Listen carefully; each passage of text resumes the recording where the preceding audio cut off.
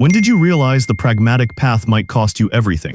The moment I truly understood the meaning of a moral quagmire, the kind that coats your soul in sticky doubt, was when I stood on the chipped linoleum of the Elmwood Community Center, facing down a room full of faces, some familiar, most not, all united by a shared, desperate hope. We were here, all of us, looking for something that felt like a birthright, a connection severed before it ever truly began. But the city, in its infinite, soulless wisdom, was about to snatch it all away. I had to decide right then whether to fight for what felt right, what felt human, even if it meant risking everything I'd built, or to simply step aside and watch a fragile community, built on the foundations of shared ancestry and longing, crumble to dust. And honestly, for a man like me, Jacob Gonzalez, 55M, who'd always prided himself on seeing the pragmatic path, it was a terrifying, exhilarating realization that the pragmatic path might just be the one everyone else called foolhardy. It had started subtly, as these things often do. A whisper of a memo, then a formal announcement plastered on the corkboard next to the lost and found. The Elmwood Community Center, our sanctuary, our hub for a dozen different programs from senior yoga to after-school tutoring, was slated for demolition. Urban Revitalization Initiative, the notice trumpeted in cheerful corporate speak. Translation, a shiny new condo complex. This wasn't just a building, it was the beating heart of our search for roots. For years, this place had hosted the Ancestry Link program,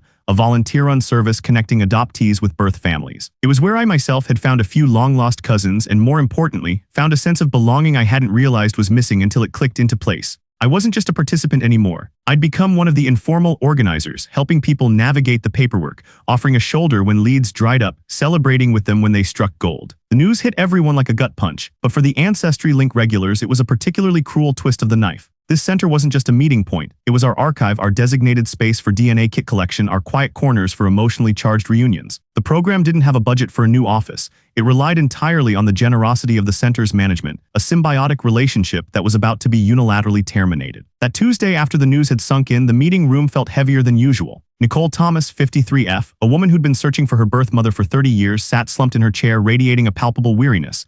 Nicole had a way of making her cynicism feel earned, like a battle scar. "Here we go again," she'd muttered earlier as Id set out the coffee. "Another promise broken, another dream deferred. This city specializes in it." She'd been through countless false leads, dead ends, and even a couple of heartbreaking near misses. Her hope, once a vibrant flame, had dwindled to a stubborn, flickering ember, but it was still there if you looked closely. Amy Wang, 46F, sat across from her, meticulously arranging her pens on the table. Amy rarely spoke unless directly addressed, and even then her words were measured, often insightful. She was searching for a sibling given up for adoption decades ago, a brother she remembered only through a faded photograph and a vague childhood memory of whispered lullabies. Her silence wasn't emptiness. It was a profound observation, a careful processing of every detail. It'd seen her jotting notes even in casual conversations, as if collecting data for some complex, ongoing algorithm of life. Then there were the youngsters, Austin Richardson, 23M, and Albert Barnes, 22M. Austin was all earnest energy, his dark hair falling into his eyes as he leaned forward, a constant picture of anxiety and goodwill. He was trying to track down a half-sister, a quest initiated by his ailing grandmother who harbored a long-held secret. Austin was the designated family peacemaker, always trying to smooth ruffled feathers, a trait I imagined served him well in his own tumultuous family life. He carried the weight of his grandmother's dying wish on his young shoulders, and you could see it in the slight tremor of his hands, the way he constantly chewed on his lip. Albert, on the other hand, exuded an almost infuriating ease. He was searching for his birth father, a man he suspected was a famous musician, and he approached the whole endeavor with the casual confidence of someone who expected things to simply work out for him. He always looked perfectly put together, even after a long day, and his questions often started with, "Have you tried calling their agent?" Or maybe a private investigator would be faster. He was the classic golden child born into privilege, seemingly untouched by the frustrations that plagued the rest of us. He wasn't malicious, just unburdened. You could see the glint of his expensive watch as he gestured, oblivious to the subtle eye rolls of others, particularly Nicole. "All right, folks," I started, trying to inject some much-needed authority into my voice. "You've all seen the notice. We're losing the center. And with it, unless we do something drastic, we're losing the Ancestry Link program." A collective sigh, a ripple of quiet despair went through the room. "What's drastic look like, Jacob?" Nicole asked, her voice flat. "Picket lines, a sit-in, they'll just call security. We're just a bunch of sentimental old folks and hopeful kids looking for ghosts." "They're not ghosts, Nicole," Austin interjected softly, his brow furrowed. "They're family, real people." Nicole just grunted, a sound that conveyed a lifetime of disappointment. "Austin's right," I said, looking at him, then sweeping my gaze around the room. "These are real people, our people, and this program has helped over 100 individuals make life-changing connections in the last 5 years alone. We can't just let it die, not without a fight." "A fight for what?" Albert chimed in surprisingly. "A new building? That's millions of dollars. Do we have a GoFundMe ready for that, Jacob? Or maybe we can just, use one of the online services more intensely. They're quite efficient." He pulled out his phone, scrolling through something, likely a comparison chart of DNA testing companies. I felt a familiar irritation prickle at the back of my neck. Albert's detached, almost corporate view of our deeply personal quest was a constant source of friction. "Albert, it's not just about the database or the kits, it's about the space. The support, the volunteers, the sense of community. Do you know how many people come here just to talk, to share their fears, to get a hug when they're overwhelmed? Amy, for the first time, spoke up, her voice quiet but firm. It's a place where we are understood, where our search is validated, not just a transaction. Albert looked up, a flicker of something, perhaps confusion, perhaps dawning realization on his face. Oh right, I suppose that makes sense, it's communal. Yes, Albert, it's communal, Nicole said, her tone dripping with sarcasm. Like a watering hole for lost souls or a dog park for people who just want to sniff out their kin. A few people chuckled, a nervous, appreciative sound. Nicole might be jaded, but she had a sharp wit that could cut through the gloom. Look, I continued, I've been doing some digging. The Urban Revitalization Initiative isn't just about this plot of land. It's a citywide plan. They're targeting several community centers, libraries, public spaces, and it's not just condos. There's talk of a new innovation hub, a tech park, which would generate revenue and jobs, they claim. It sounds good on paper, all progress and prosperity. But at what cost? Austin murmured, almost to himself. Exactly, I said, nodding. The cost of dismantling existing communities, uprooting services that actually help people. I paused, taking a breath. I've tried reaching out to city council members. I've sent emails, made calls, even showed up at a few public forums. Most of them are giving me the standard runaround. Economic growth, unfortunate but necessary, blah, blah, blah. But one of them, Councilwoman Chen, she listened, really listened. She said there's a loophole, a rarely used municipal bylaw. If a community program can prove itself indispensable with a significant verifiable public benefit, and if it can propose an alternative viable location within the district, they might consider an exemption. A long shot, but a shot. A murmur went through the room. Hope, fragile but persistent, began to stir. A significant verifiable public benefit, Nicole repeated, chewing on the words. That's lawyer speak for do something dramatic, prove your worth but probably still lose. Maybe, I conceded, but it's better than nothing, and an alternative location, that's the real kicker. Every other suitable public building in the area is already being eyed for demolition or private development. We're talking about finding a needle in a haystack that's currently on fire. So what do we do? Austin asked, his eyes wide. We write a petition, we protest. All of that and more, I said, looking from face to face. We need to demonstrate our impact. Gather testimonials. Quantify the connections we've made. We need to become a loud, undeniable force. And while we're doing that, we need to scout for a new location. We need to prove we're not just a sentimental program, but an essential service, a lifeline. Albert surprisingly put his phone down. Testimonials? I could probably help with that. I know a few people who found their families through here. One of them works in marketing. Maybe she could help us draft some compelling stories. For a moment, his golden boy sheen seemed to dim slightly, replaced by a flicker of genuine interest. Nicole, however, remained unconvinced. Jacob, you're dreaming. They've already made up their minds. We're a casualty of progress. Happens all the time. It doesn't have asterisk to happen this time, Nicole, I insisted, my voice firmer than I'd intended. Not if we fight for it, not if we show them exactly what they're trying to destroy. I looked directly at her. What about your search, Nicole? Been at this for decades, you're closer than ever. What happens if this place closes and all those files, all those connections, they just disappear? Her shoulders stiffened. For a long moment she said nothing, just stared at the table, her expression unreadable. I knew she had a new lid, a potential half-sister living in a different state, and the program here was facilitating the initial cautious outreach. It was a fragile, tender thing, the kind of hope she usually kept fiercely guarded. It'd be inconvenient, she finally said, though her voice lacked its usual bite. A major setback. More than inconvenient, Nicole, I pushed gently. It might be the end of the road for some of us, for all of us. Amy, ever the quiet one, slid a piece of paper across the table towards me. On it in neat, precise handwriting was a list of names and contact numbers. These are people I know, Jacob, she said softly. People who found family here. People who are still searching. They would speak up. They would help. Her silence wasn't a lack of passion. It was a contained energy, waiting for the right moment to be unleashed. I looked at the list, my heart lifting slightly. Amy, the silent observer, had been listening, planning, acting. This was a good start. Okay, I said, a plan starting to coalesce in my mind. We need to form a committee, a formal group, and we need to assign tasks. Albert, Austin, your energy and tech savvy would be invaluable for gathering digital testimonials, setting up online outreach. Austin, your ability to calm people down will be crucial. Albert, if you know someone in marketing, that's a huge asset. Nicole, your experience, your knowledge of how the system works and fails, that's indispensable. Amy, your meticulous nature, your network, you'll be our research arm. Nicole snorted, but she didn't object. And you, Jacob. You're the fearless leader, I presume? I managed a weak smile. Someone has to be, and I'm in too deep to back out now. My own search might be paused, but I've seen too many miracles happen here to just let it all disappear. It was true. I'd found what I was looking for, but the process had shown me how much others needed it, how much we all needed it. We spent the next hour hashing out initial steps. Albert, surprisingly, got genuinely excited about the digital strategy, suggesting a multi-platform campaign. Austin took on the task of contacting other community centers, hoping to find an ally, a precedent, anything that might help. Amy quietly started cross-referencing her list with the program's existing records, her pen scratching diligently. Nicole, though she maintained her jaded facade, was offering surprisingly practical advice on how to navigate city bureaucracy, clearly drawing from past, probably frustrating experiences. As the meeting wrapped up, I felt a flicker of hope, but it was quickly tempered by the sheer scale of the challenge. This wasn't just about saving a program. It was about fighting an entire city's development agenda, about convincing hardened politicians that human connection was worth more than square footage and property taxes. We were a small, disparate group, united only by a shared past and a threatened future. The next few weeks were a blur of activity. We drafted appeals, collected signed petitions, and filled a binder with heart-wrenching testimonials. Austin, with his easy charm, managed to get several local news outlets interested in our story, leading to a few sympathetic articles and even a brief segment on the evening news. Albert, true to his word, roped in his marketing contact, who helped us create a sharp, professional campaign highlighting the human cost of progress. But the city remained largely unmoved. Their responses were polite but firm, reiterating the necessity of the development. The alternative location proviso felt like a cruel joke. Every lead Austin followed either turned out to be unsuitable, too expensive, or already earmarked for demolition. The pressure mounted. We were losing the battle on the ground, and I could feel the morale starting to dip. Nicole's cynicism, once a cutting remark, was becoming a pervasive shadow infecting the group. Even Austin started to look more harried, his usual optimism strained. One evening, after a particularly demoralizing phone call with a city planning official who informed me our latest proposal was under review but highly unlikely, I slumped into my armchair, feeling the weight of the world pressing down on me. My phone buzzed. It was a text from Albert. Jacob, got some news about the old Franklin building. It's empty, perfect spot. Only catch is it's owned by Barnes Industries. My family's company. Could be tricky. Meet me at the center tomorrow morning, 9 a.m. I stared at the message, a sudden chill creeping up my spine. Barnes Industries, Albert's family. The golden child, with his effortless connections, suddenly had a direct link to the very solution we so desperately needed. But the way he said tricky, I knew that kind of tricky. It meant strings, expectations, things that could complicate everything we were fighting for. I had to go, I had to know. But a part of me already knew that whatever Albert had discovered, it wouldn't be simple. It would force a choice, a gamble that could either save us or shatter our fragile alliance forever. I stared at the message, a sudden chill creeping up my spine. Barnes Industries, Albert's family. The golden child, with his effortless connections, suddenly had a direct link to the very solution we so desperately needed. But the way he said tricky, I knew that kind of tricky. It meant strings, expectations, things that could complicate everything we were fighting for. I had to go, I had to know. But a part of me already knew that whatever Albert had discovered, it wouldn't be simple.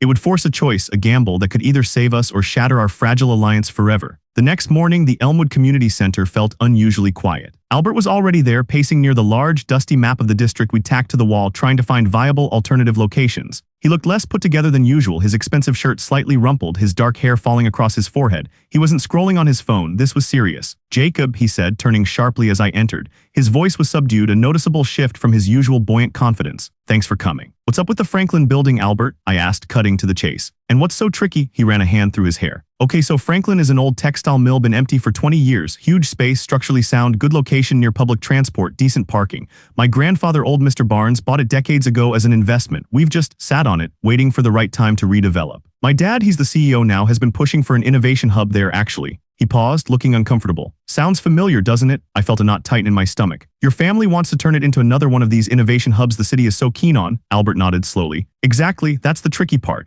My dad is deeply entrenched with the city council on this urban revitalization initiative. He's been lobbying them hard for these tech parks, arguing they're the future of the city. He sees the Franklin building as a prime location for the flagship Barnes Tech campus. He's been eyeing it for a while. So why tell me about it? I asked, my voice flat. Why wouldn't he just go ahead and develop it? Because he's hit a snag, Albert admitted, lowering his voice. There's a preservationist group, surprisingly well-funded, that's trying to get the Franklin building designated as a historic landmark. It's a long shot, but it's tying up permits, costing us money. My dad's frustrated. He wants this thing done, but he doesn't want a public fight. A flicker of an idea, dangerous and daring, sparked in my mind. And what does this have to do with us? Albert looked me directly in the eye, and for the first time I saw something beyond the golden child facade, a complex mix of frustration, a desire to prove himself, and perhaps a genuine concern. I pitched him an alternative. If he can't get his tech campus through quickly, why not lease it to us, to the Ancestry Link program, temporarily of course, for a nominal fee. It solves his public relations problem with the preservationists. He looks like a philanthropist supporting a community initiative,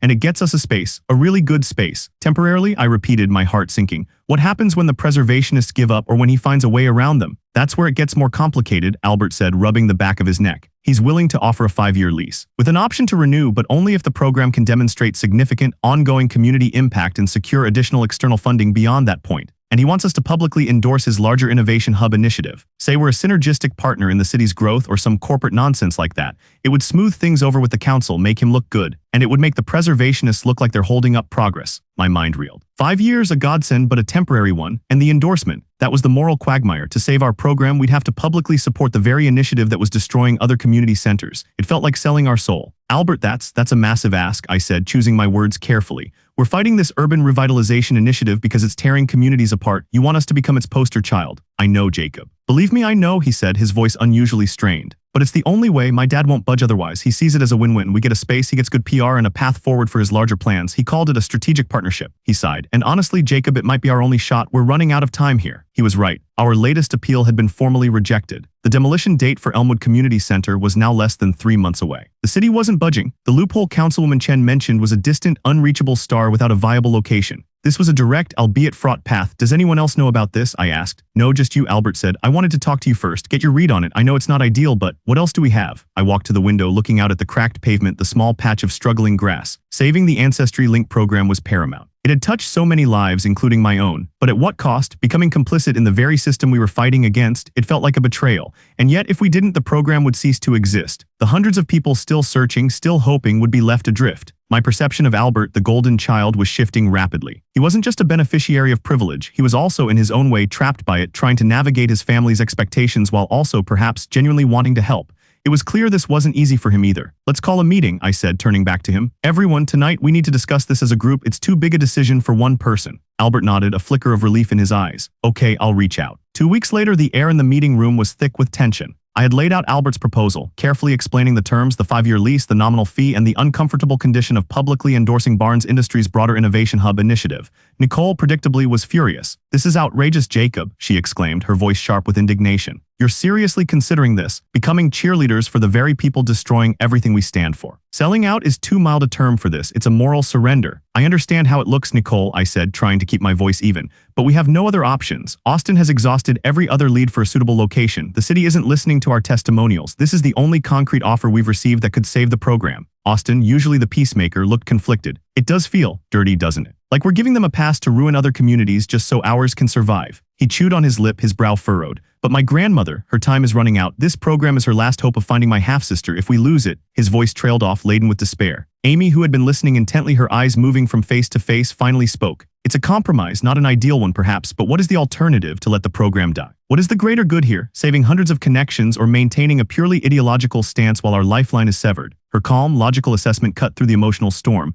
The endorsement is a public statement. Our actions, our continued work here would be the true measure of our values, Nicole scoffed. Easy for you to say, Amy. You're not the one who's seen a dozen programs like ours sacrificed at the altar of progress. Once you compromise, it's a slippery slope. Albert, who had been quiet, listening to the heated debate, finally spoke up, his voice surprisingly firm. I agree with Amy, and I don't like it either. My family's business practices, the way my dad operates. It's not always pretty. I've seen it firsthand. But I also know that if we don't take this, the Ancestry Link program is gone. Forever. And for what? So we can say we didn't compromise, while people like Austin's grandmother lose their last chance. He looked around the room, meeting each person's gaze. I'm offering this because I believe in what this program does. It's helped me in ways I'm only just starting to understand. It's not just about finding a famous musician, Jacob, though that's what I told myself for a long time. It's about belonging and connection. And if my family's messy business can provide that for others, even with strings attached, then maybe it's worth it. His confession, so earnest and unguarded, surprised me. It was the most vulnerable I'd ever seen Albert. It wasn't about the famous musician for him anymore. It was about something deeper. He had been so unburdened, or so Id thought. But now, seeing him wrestle with his family's legacy, I realized his burdens were just different from ours, perhaps even heavier in their own gilded way. He was trying to find his place, not just a birth father. His transformation wasn't complete, but the shift was undeniable. Nicole looked at Albert, her cynical expression softening almost imperceptibly.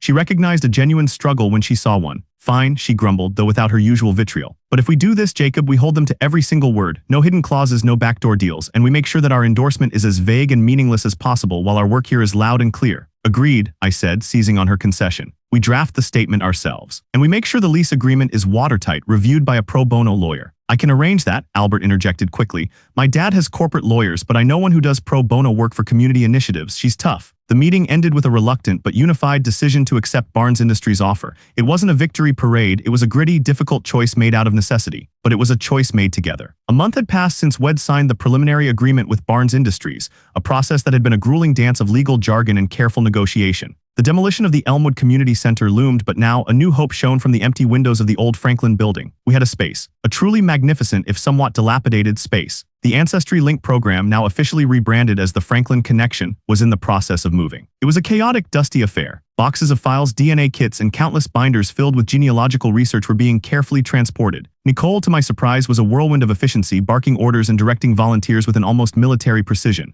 Her jaded exterior hadn't vanished, but underneath there was a visible drive, a fierce protectiveness for the program she had once called a watering hole for lost souls. Jacob, don't just stand there gawking. She snapped, nudging a particularly heavy box with her foot. These files aren't going to move themselves. This place needs a complete overhaul if we're going to make it habitable before the Elmwood lease expires. Yes, ma'am, I chuckled, picking up the box. Her commitment was inspiring. The relocation pressure had somehow ignited a new fire in her, transforming her jadedness into a fierce, practical determination. She still complained, but her complaints were now laced with solutions. She'd even started to share anecdotes about her own search, small, revealing glimpses into her decades-long quest, which in turn inspired others. Her potential half-sister, she confessed, had responded to her initial cautious outreach, and the Franklin connection provided the safe, neutral ground for their first tentative video calls. The program wasn't just helping others, it was actively helping her. Albert had been instrumental in coordinating the move, using his connections to secure a team of volunteers from his father's company, a gesture that surprisingly and a little amusingly made his dad look even better in the public eye. He wasn't just showing up, he was genuinely engaged. He'd even traded his expensive suits for work clothes, getting his hands dirty helping with the heavy lifting. I'd seen him patiently explain database migration to an elderly volunteer who was struggling with a new computer system,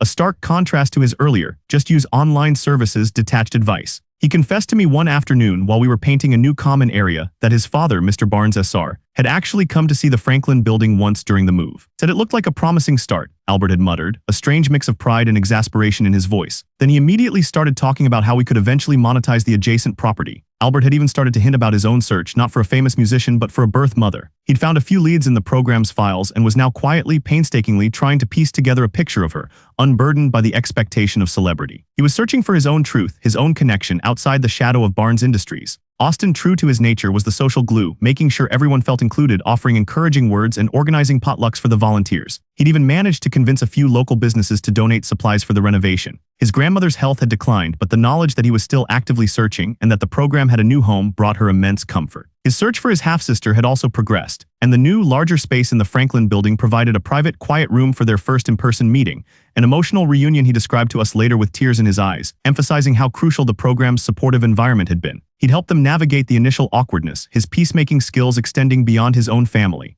Amy, the silent observer, had truly come into her own. She was meticulously organizing the new library of resources, categorizing files, and setting up an efficient new intake system. She had also quietly initiated a new oral history project, recording interviews with people who had found their families through the program, creating an invaluable archive of personal narratives. She saw the bigger picture always. Her own search for her sibling had intensified, fueled by the revitalized energy of the group. She revealed to me one day that she had made contact with someone who remembered her birth mother from decades ago, a fragile thread leading her closer. Her quiet determination was a powerful force. The endorsement statement Wed crafted was carefully worded, vague enough to satisfy Barnes Industries without explicitly betraying our principles. We lauded private sector partnerships for community benefit and innovative approaches to urban development, phrases that were technically true but lacked any specific praise for the Innovation Hub concept itself. We focused on the Ancestry Link program's work, its mission, and its impact. It felt like a necessary evil, a bitter pill, but one that allowed us to continue our vital work. Our grand opening at the Franklin building was a bittersweet affair. We invited everyone who had ever been touched by the Ancestry Link program, from successful reunifications to those still searching. Councilwoman Chen attended, visibly impressed by the sheer volume of people and the palpable sense of community.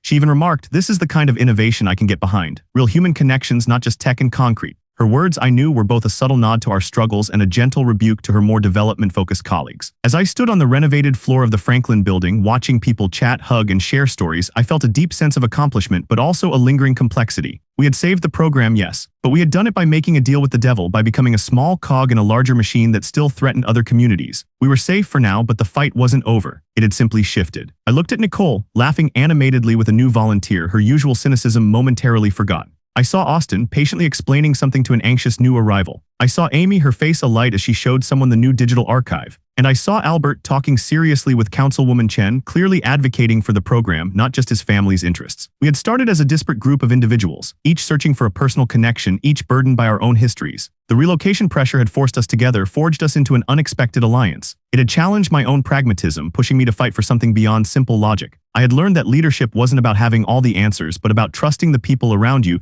even when they seemed the most unlikely of allies. And I had learned that sometimes the pragmatic path wasn't the easiest one, but the one that truly served human needs, even if it meant navigating uncomfortable compromises. We had found a new home not just for the program, but for ourselves, a fragile, hard-won sanctuary in a city that often seemed determined to erase the past for the sake of a shiny, soulless future. The fight was far from over, but we were ready for it. And for the first time in a long time, I felt like we might just win.